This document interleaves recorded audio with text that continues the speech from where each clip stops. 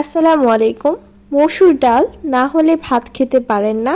আমাদের দেশে এমন মানুষের সংখ্যা অনেক। শুধু আমাদের দেশেই নয়, গোটা পৃথিবী জুড়েই এটি খুব জনপ্রিয় একটি খাবার।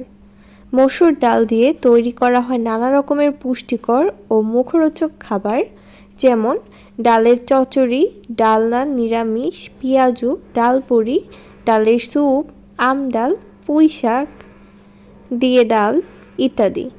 মসুর ডাল প্রোটিনের আধার বলে একে মাংসের বিকল্প হিসেবেও ধরা হয়।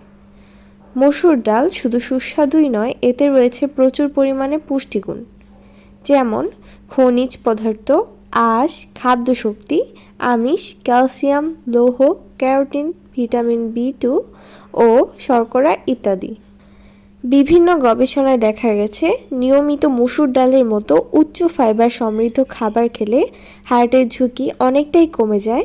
তাছাড়া মসুর ডাল ফোলেট এবং ম্যাগনেসিয়াম এর একটি বিরাট উৎস, যা হার্টকে আরও বেশি তারুণ্য পেতে সহায়তা করে।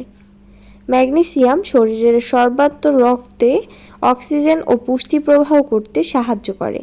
মসুর ডালে উচ্চমাত্রার একটি দ্রবণীয় ফাইবার থাকে, যা রক্তের কোলেস্টেরল কমাতে সাহায্য করে। এটি আপনার শরীরের কোলেস্টেরলের মাত্রা কমিয়ে হৃদরোগ ও স্ট্রোকের ঝুঁকি কমিয়ে দিয়ে আপনার ধমনীকে পরিষ্কার রাখে।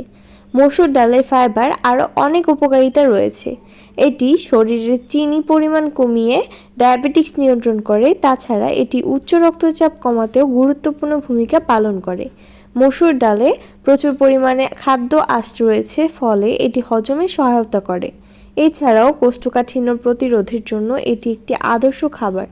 বাড়তি ওজন কমাতে চাইলে ভাতের পরিমাণ কমিয়ে তার বদলে নিয়মিত ডাল খেতে পারেন। এতে ক্ষুধা হ্রাস পাওয়া সহ ভরা পেটের অনুভূতি থাকবে দীর্ঘক্ষণ। এছাড়াও মসুর ডাল খারাপ কোলেস্টেরলকে কমিয়ে বাড়িয়ে দেয় ভালো কোলেস্টেরলের পরিমাণ। ডালে একসঙ্গে আয়রন ও ফোলেট দুটোই পাওয়া যায়। গর্ভবতী মায়েদের জন্য এই দুটি উপাদান বেশ প্রয়োজনীয়। সেই সঙ্গে আয়রন রক্তশূন্যতা প্রতিরোধে কার্যকরী ভূমিকা পালন করে এই মসুর ডাল। ধন্যবাদ।